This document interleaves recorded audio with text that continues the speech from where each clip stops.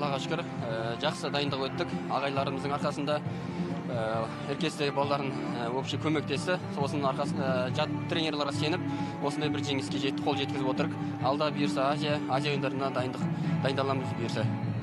Финалдық белдесу туралы пікір айтып өтсеңіз. Финалда Нұрдәулет деген өзімнің бауырымыз, өте жақсы палуан. Азия чемпионатының қола жүлдегері, өте жас палуан. Есеп 5-5 болды. Соңғы 2 балды мен алғандықтан жеңіс маған бұйырды. Аллаға шүкір, бүгін жеңіс менің тарапымда екен. Рахмет. Тамаша. Белдесуді жеңісті кімге арнайсыз? Аллаға шүкір, бүгін менің анамның туған күні. Анашымның туған күніне арнаймын.